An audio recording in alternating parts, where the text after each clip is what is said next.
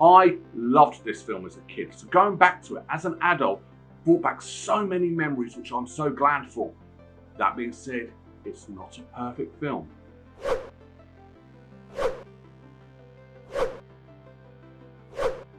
Bill and Ted's Excellent Adventure is a 1989 American science fiction comedy film directed by Stephen Herek and written by Chris Matheson and Ed Solomon.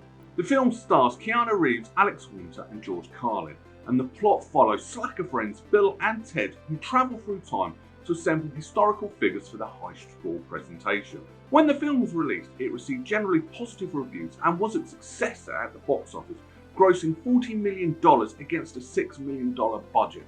But that being said, the film is not perfect and there are things wrong with it. So that's what we're going to talk about today. 10 things that could make Bill and Ted's Excellent Adventure better.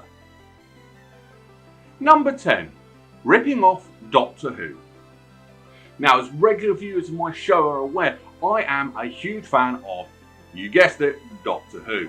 So of course I am always going to make comparisons from this film to Doctor Who, especially as when this film came out, Doctor Who was still running. Now people were going to say, well, it's a phone box in a time machine. So what? That's not the only thing though. If you think about it, at the beginning of the film, they actually physically changed a block into a phone machine. Just like the TARDIS does in Doctor Who. It's supposed to have a communion circuit. Doesn't work, but still. And obviously the main thing of a TARDIS inside is the central column. Just like in the phone booth in this film, it has a central column on top of the phone box. There's so many different things, especially taking liberties with historical events. Like Doctor Who does, they do it in this film as well. There are so many things from Doctor Who that are in this film. Yeah, you can see where this list is going today, can't you? Number 9. Mum name. So Bill's dad has a girlfriend, or wife, who's only a couple of years older than Bill and Ted. Which is quite cool, especially if you're a middle-aged man having a hot young girlfriend. Yeah, anyway.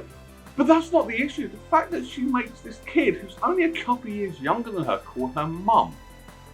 That bit, no. It's not right at all. Okay, yes, I have a hot girlfriend. She's the same age as me. I have a hot girlfriend. She has a daughter, but I don't make her call me dad. She calls me Scott. Or other names as well, but we'll leave that off camera. But yeah, why does she insist on making Bill call her mum? Doesn't make sense. But that wasn't the worst thing she did. Number 8. Kids' rooms. Yeah, Missy goes one step too far. So Missy and Bill's dad, they get it on. They get the, whatever you want to call it, the jigglypuff, whatever, in Bill's bedroom. Say what? I'll tell you something, if my mum had humped in my bedroom when I was living there, I would have gone mental. Your kids' rooms are off limits. No, you do not do that at all. I'm making this sound like more of a porno than a good film. Number 7. Doomed to fail. Well, we've picked on Bill's parents, now let's look at Ted's dad. He keeps saying if you fail your history exam, you're going to a military school in Alaska. Okay, that I actually get. It's strict punishment, fine. But that's not the problem. The fact is, Ted's dad is acting like he's failed before he's done the exam. He has actually said, he quotes, "You failed your exam." No, he hasn't. How can he fail it when he hasn't taken it? You're making him fail. Bad parenting. Bad, bad, bad, bad, bad. I mean, at least give the kid a chance. I mean, look, he actually did it. He passed the exam. Oops, spoilers.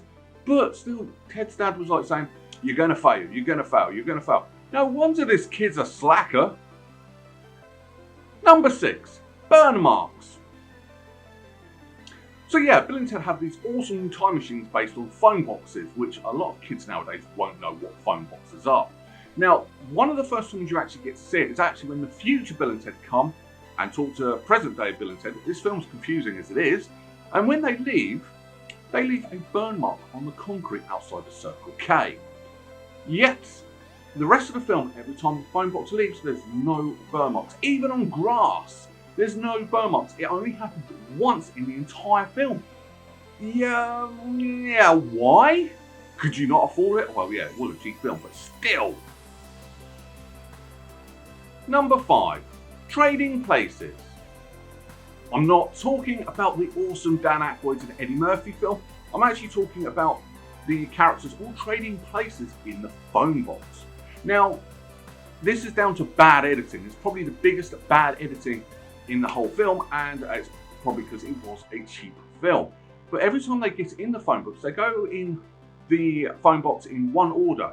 And then when the camera goes to it, they're all everywhere else. And then when the camera goes back in the same scene, they're in different places. Literally every single time you look at that phone box, they're in different positions.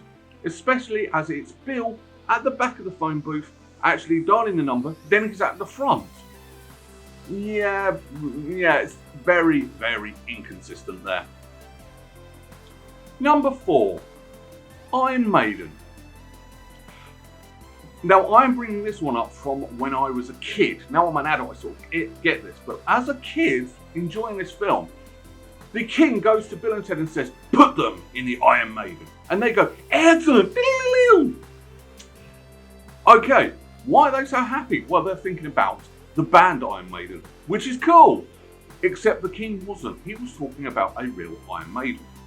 Now, this begs the question, what is an Iron Maiden? Now, at this time, I actually thought, and I humiliated myself at school, because the next thing he says, execute them, and they're about to have their heads chopped off. And I actually thought that was what Iron Maiden was. So at school, in senior school, what's an Iron Maiden? I gave the answer and I got laughed at. Cheers, Bill and Ted. Now, this is an Iron Maiden. They didn't even show that in this film, they just wanted a cheap gag at the band, which is a cool band, which is fair enough, but still, at least show a real Iron Maiden. Number 3, bowling. Bowling is such an enjoyable pastime. I enjoy it, I like going out bowling with my family, but every time we go there, you go to the booth, you pay your money, you play your game. That's how it works. Well, that's how it works in the UK. So that's why I'm picking this up, because they go, they play, and then the owner says, you haven't paid. Do you not pay beforehand in America? Because in the UK, we pay first. So no issues. You don't play, then pay. You pay, then play. That's how it works. No wonder Americans messed up a bit. But still, that doesn't make sense for a UK side of things. Number 2, high school smoking. Well, starting in the 80s and getting bigger and bigger in the 90s, and now it's just completely wrong today, smoking is bad for your health. That's what you're told. Ever since I was a kid, smoking is bad for your health. So why does everybody in San Dimas High School have a lighter? You are just promoting, bear in mind, this is going to be watched by teenagers and kids, and everyone has a lighter, they're putting it up at the end of the show. That means they're all smoking. You just actively promoted smoking at the end of the 80s. Whoops! Number 1, Led Zeppelin. Before anyone shoots me, I'm not actually going to say Led Zeppelin is a bad band. I come from a family of music lovers. They would actually castrate me, hung me, draw me, and quarter me. So no, Led Zeppelin, great. That wasn't the issue. The issue with this is at the end of the film, in their big presentation, Bill turns around and says, this guy comes from a place that looks like Led Zeppelin's Houses of the Holy, which is this album cover. Wrong album. Bad film, wrong album. The album you're actually looking for is Led Zeppelin 4, which looks like this. That's what you meant. Whoops, that was a big boo-boo there. Should not have done that, especially as these are supposed to be huge heavy rocker fans. You would have known that, but no, you messed that one up. Final thoughts. What can I say about this film? I mean, if you've watched to this part of the video, you've known I have just nitpicked. There's nothing majorly bad about this film. In fact, it is such an enjoyable, fun film. As I said in my intro, I loved this film as a kid. Going back to it as an adult, I still thoroughly enjoyed it, and it's made me want to watch the sequel, Bill and Ted Face the Music, even more when it comes out on the 23rd of August. So I'm actually looking forward to that. That's why I've done this video. But that being said, The only problem is it's only for a certain type of people. It's not going to be bothered by older generation. It's not going to make the younger generation of today excited for this film, especially female. It's going to be for stupid, immature little teenage boys. Just like I was back then. But this film is still a good film, especially between the chemistry between Alex Winter and Keanu Reeves. Those two are what make this film. Their timing with each other is fantastic. You can actually see their friendship through the camera lenses. It's just brilliant. They are what make this film, and yeah, especially as they were discovered doing this sort of thing outside McDonald's. That's how they were discovered. They were actually being Bill and Ted outside, so you actually know that they're not actually acting, they're being themselves around each other, which is why their relationship worked, and that's what makes this film great. But the fact is, there's no overall bad guy. It's like, it's a school report. There's no world ending we have to save. It's just brilliant.